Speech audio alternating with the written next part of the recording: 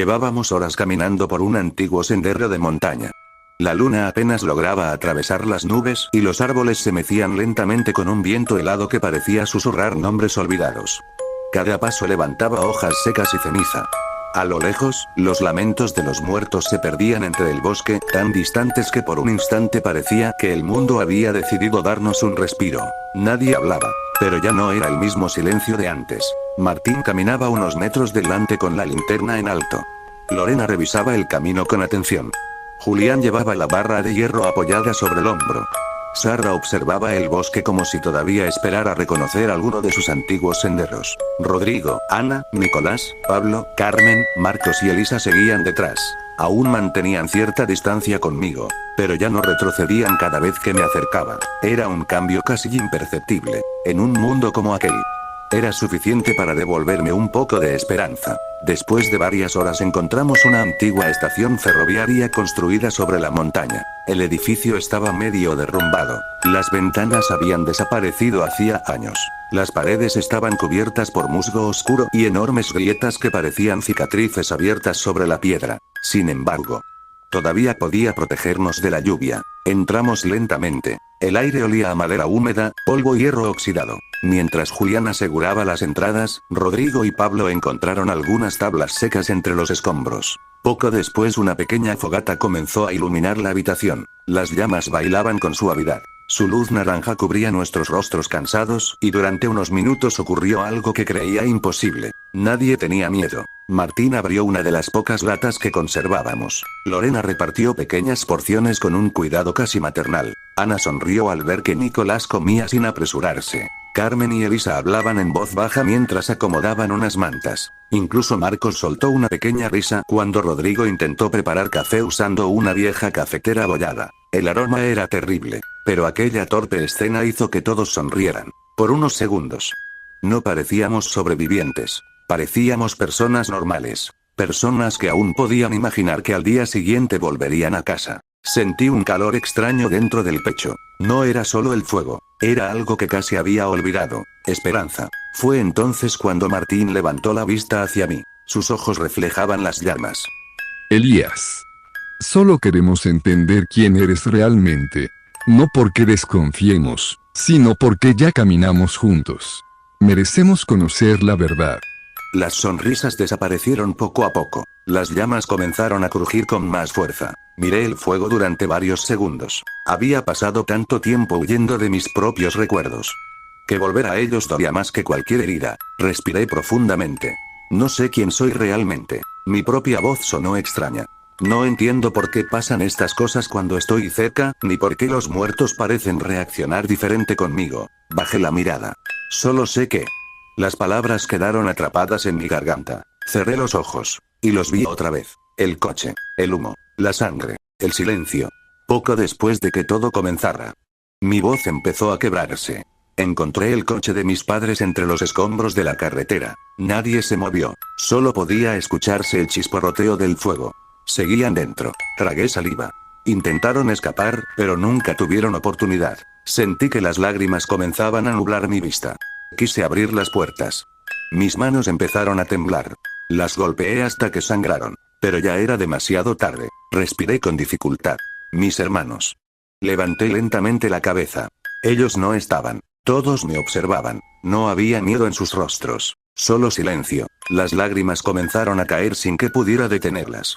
Los he buscado todos los días desde entonces. En ciudades destruidas. Bosques. Túneles. Hospitales. Refugios. Nunca encontré una sola pista. Ni una voz. Ni un cuerpo. Nada. Sentí un vacío inmenso dentro del pecho. Hay noches en las que pienso que murieron. Otras. Creo que siguen vivos y me están buscando igual que yo. Pero hay una idea que nunca deja de perseguirme. Respiré profundamente.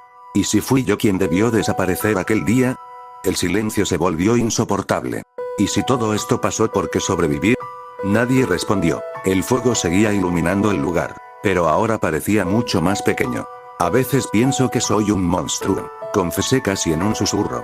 No por lo que hago, sino por seguir respirando cuando ellos quizá no pudieron hacerlo. Mis lágrimas caían sobre el suelo de piedra. Pero no puedo detenerme, porque si ellos siguen vivos, Tengo que encontrarlos, aunque tenga que cruzar un mundo lleno de muertos, aunque tenga que enfrentar cualquier cosa, porque son lo único que me queda. El silencio volvió a envolvernos, esta vez.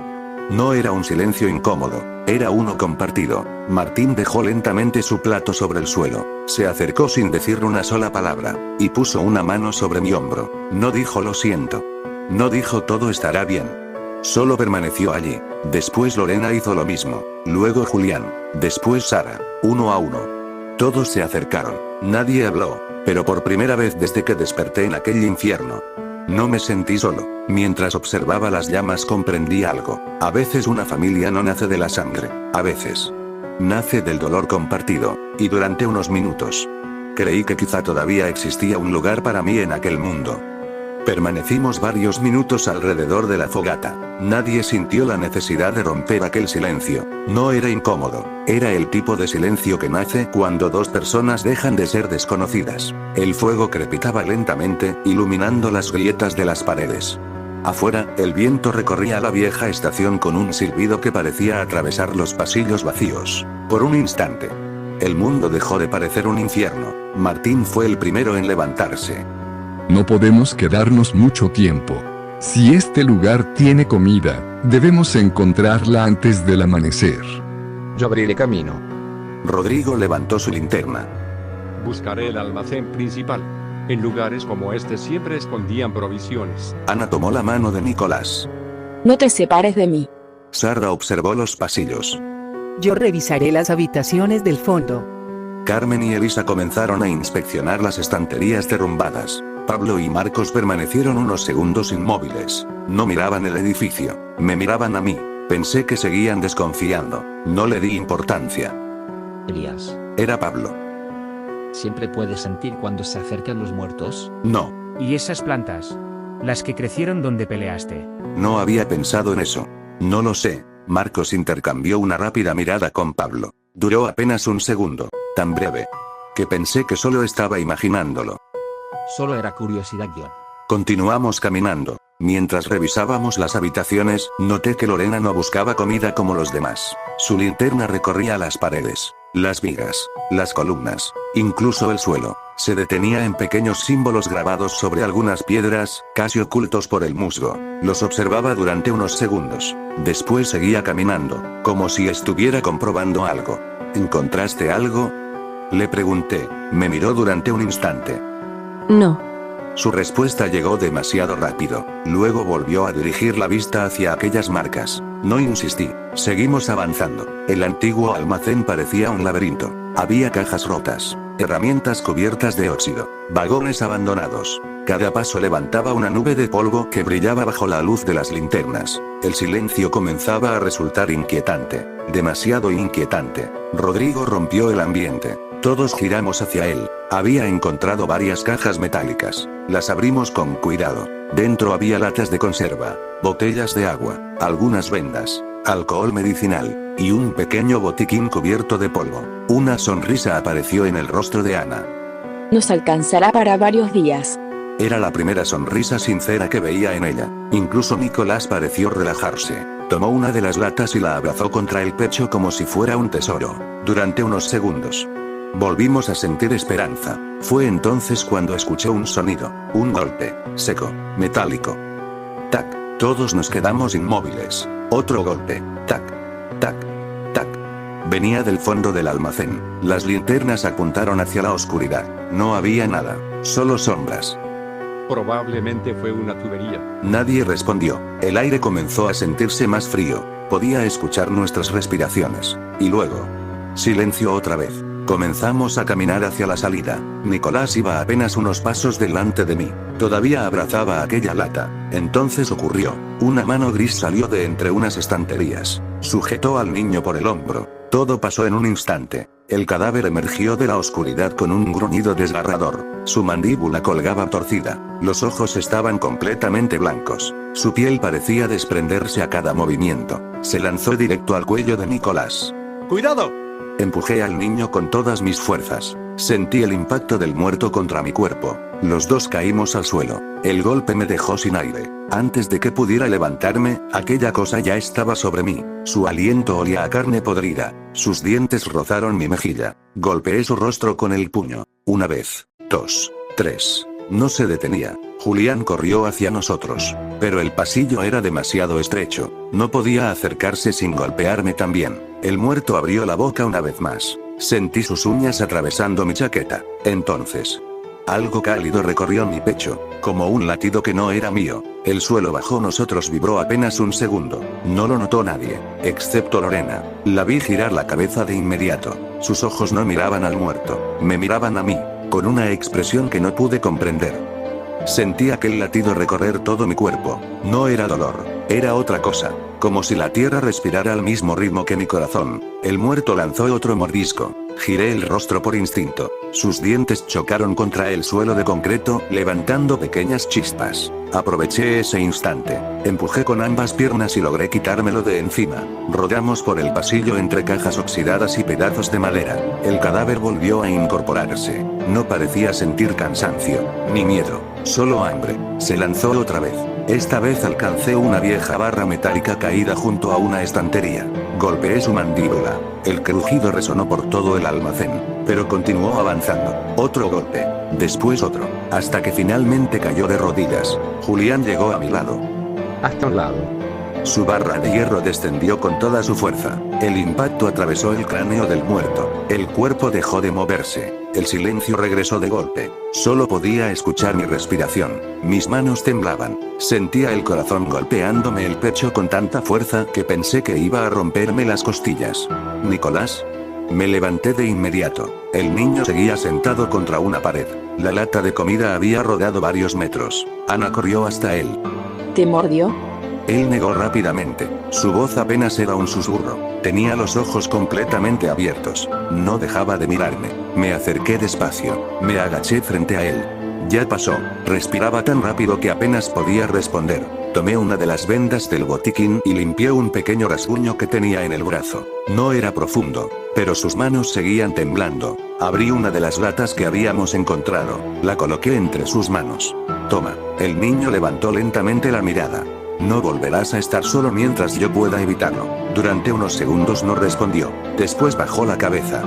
Vi cómo sus hombros dejaban de temblar poco a poco. Sentí un pequeño alivio. Quizá todavía podía proteger a alguien. Mientras Ana terminaba de revisar a Nicolás, noté algo extraño. Pablo observaba el lugar donde habíamos peleado, no el cadáver, el suelo. Marcos se acercó también. Ambos intercambiaron una mirada silenciosa antes de hablar. ¿Lo sintieron? Preguntó Marcos. Rodrigo frunció el ceño. La vibración. ¿Tú la sentiste, Elías? Me quedé pensando. No sabía si debía responder. Creo. Hice una pausa. Creo que sí. Marcos dio un paso más cerca. Sucede cada vez que peleas. ¿Puedes controlarlo? ¿Controlar qué? Señaló el suelo. Miré hacia abajo. Entre las grietas del viejo concreto asomaban pequeños brotes verdes. Eran diminutos. Apenas unas hojas. Pero antes no estaban allí. El silencio volvió a envolvernos. Nadie dijo nada. Pero ni él mismo parecía creerlo. Levanté la vista. Lorena permanecía inmóvil. Observaba aquellos brotes con una intensidad inquietante. No parecía sorprendida. Parecía preocupada. Se arrodilló lentamente. Rozó una de las hojas con la yema de los dedos. Después la soltó enseguida, como si hubiera confirmado algo que no quería confirmar. Cuando notó que la observaba, se incorporó de inmediato. Será mejor irnos. Su tono fue sereno, pero había algo distinto en él. Urgencia. Martín estuvo de acuerdo. Comenzamos a recoger las provisiones. Mientras guardaba el botiquín en mi mochila, sentí una mirada fija sobre mí. Era Pablo. Sonrió apenas. Cada vez entiendo menos quién eres. Respondí con sinceridad. Créeme. Yo tampoco. Él bajó la cabeza con una sonrisa casi imperceptible. Eso lo hace todavía más interesante. Aquellas palabras me dejaron incómodo. No supe explicar por qué. Pensé que solo intentaba conocerme mejor. Ahora sé que nunca le interesó mi historia. Solo quería entender aquello que llevaba dentro. Salimos del almacén mientras el cielo comenzaba a oscurecerse aún más. El viento era más frío, sin embargo. Por primera vez desde que nos conocimos. Nadie caminaba lejos de mí. Nicolás incluso se colocó a mi lado. De vez en cuando levantaba la vista para asegurarse de que seguía allí. Sonreí, sin darme cuenta.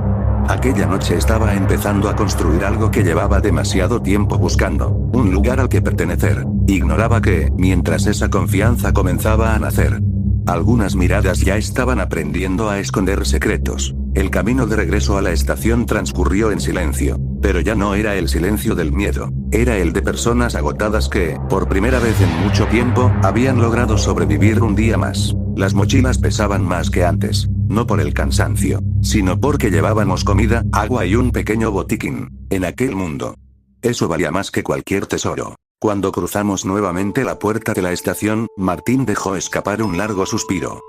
Hoy tuvimos suerte. No fue suerte. Respondió Julián mientras dejaba la barra de hierro contra la pared. Se giró hacia mí. No supe qué decir. Nunca me había gustado que me vieran como un héroe, porque los héroes siempre decepcionan tarde o temprano. Todos ayudaron, respondí. Julián sonrió. Mientras Carmen y Elisa preparaban la comida, el aroma de las conservas calientes comenzó a llenar la estación. Era un olor simple, incluso desagradable, pero después de tantos días alimentándonos a toda prisa, aquello parecía un banquete. Rodrigo encontró unas viejas tazas de metal. Las pequeñas acciones empezaban a importar. Ana acomodó unas mantas cerca del fuego para que Nicolás pudiera descansar. El niño se quedó observándome unos segundos. Después caminó hasta donde yo estaba. ¿Puedo sentarme aquí? Sonreí. Claro. Se acomodó a mi lado sin decir una palabra. Eso bastó para entender que empezaba a confiar en mí. Mientras todos cenaban, Martín levantó lentamente la vista. Hace rato escuchamos la historia de Elías. Creo que todos cargamos algo demasiado pesado. Vivía con mi hija, mi esposa, y mi nieta. Ella tenía 5 años. Le encantaba recoger flores. Decía que algún día tendría un jardín más grande que la montaña. Cuando todo empezó intentamos cruzar un río para alejarnos de la ciudad. El agua crecía cada minuto y una grita se empezó a abrir. Las llevaba de las manos. Pensé que podría sostenerlas. Me equivoqué. Nadie respiraba. La corriente fue más fuerte y una grieta se las tragó. Sentí cómo sus dedos se escapaban de los míos. Primero mi nieta. Después mi esposa. Mi hija intentó volver por ellas. Jamás volvió a salir. Una lágrima cayó sobre sus manos. Desde entonces, cada vez que cierro los ojos, sigo sintiendo cómo mis dedos dejan de sujetarlos. Nadie encontró palabras para responder. Lorena fue quien rompió el silencio. Yo era enfermera. El hospital dejó de ser un hospital en menos de una hora. Pacientes, médicos, familias enteras. Todos corrían. Todos gritaban. Solo quedaban 3 respiradores. Había más de 20 personas. Tuve que decidir quién viviría y quién moriría. Elegí. Y todavía escucho los gritos de quienes dejé atrás. Ese día comprendí que existen cosas peores que los muertos. Nadie preguntó a qué se refería. Ella tampoco lo explicó. Solo permaneció mirando el fuego, como si recordara algo que ninguno de nosotros podía entender, sin darme cuenta. Pablo observó a Lorena durante un segundo. Después volvió a mirarme, y otra vez al suelo donde horas antes habían brotado aquellas pequeñas plantas. Era una mirada rápida, calculadora, como si estuviera uniendo piezas de un rompecabezas. No dijo nada, pero vi a Marcos hacer exactamente lo mismo. Las palabras de Lorena quedaron suspendidas en el aire. Nadie intentó responder. A veces el silencio era la única forma de respetar el dolor de otra persona. Las llamas de la fogata se balanceaban lentamente mientras el viento golpeaba las viejas ventanas de la estación. Julián fue el siguiente en hablar. Giró lentamente la barra de hierro entre sus manos, observando las marcas que el tiempo había dejado sobre el metal. Toda mi vida fui herrero. Creía que cualquier cosa podía arreglarse con las herramientas correctas. Cuando los muertos llegaron, fabriqué armas para proteger a mi familia. Mi hermano murió sosteniendo una de ellas. Desde entonces entendí que hay cosas que ningún martillo puede reparar. Volvió a guardar silencio. Sara observó las llamas antes de comenzar. Vivía en estas montañas. Conocía cada sendero, cada árbol, cada río. Pensaba que el bosque siempre nos protegería. La noche que todo empezó, mi madre hacía guardia. Yo dormía. Cuando desperté, solo encontré sangre sobre las hojas. Nunca volví a sentirme segura entre los árboles. Siempre fui mecánico. Arreglaba motores, puertas, bombas de agua, lo que fuera. Mi mejor amigo me decía que podía reparar cualquier cosa. Cuando perdió la esperanza, no pude arreglar eso. Salió solo. Nunca regresó. Ana respiró profundamente antes de hablar. Era maestra. Cada mañana les decía a mis alumnos que el mundo podía ser un lugar hermoso. Cuando la escuela cayó, no pude cumplir esa promesa. Nicolás permaneció varios segundos en silencio. Todos esperábamos. Finalmente habló. Yo perdí a mi perro. Se llamaba Max. Cuando escuché los primeros gritos, me asusté tanto, que solté su correa. Lo llamé durante horas. Pensé que volvería, pero nunca regresó. Me acerqué y le revolví el cabello con suavidad. Él levantó una pequeña sonrisa. Era triste, pero era una sonrisa. Carmen y Elisa se miraron antes de hablar. Éramos vecinas desde niñas. Crecimos como hermanas. Escuchábamos a nuestras familias gritar. No salimos. Tuvimos miedo.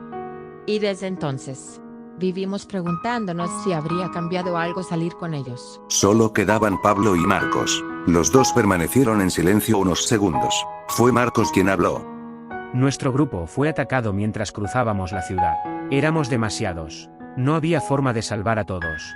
Corrimos y sobrevivimos. El silencio volvió a envolver la estación, pero esta vez no era un silencio vacío. Era el de 11 personas que, por primera vez desde el fin del mundo, habían dejado de esconder sus heridas. Martín dejó escapar una sonrisa cansada. Julián soltó una pequeña risa. Las palabras arrancaron algunas sonrisas. No eran grandes, ni alegres, pero eran reales. Ana repartió el resto de la comida. Nicolás se quedó dormido apoyando la cabeza sobre su hombro. Carmen acomodó una vieja manta sobre él. Elisa acercó otro trozo de madera a la fogata. Las llamas crecieron lentamente. Su luz volvió a llenar la vieja estación. Durante unos minutos olvidamos el miedo. Hablamos de cosas sencillas. De la comida que más extrañábamos. De las lluvias antes del desastre. De las montañas cuando todavía estaban llenas de turistas. Incluso Martín contó una anécdota de su nieta intentando atrapar mariposas con un frasco de cristal. Todos reímos. Hasta Lorena sonrió por un instante.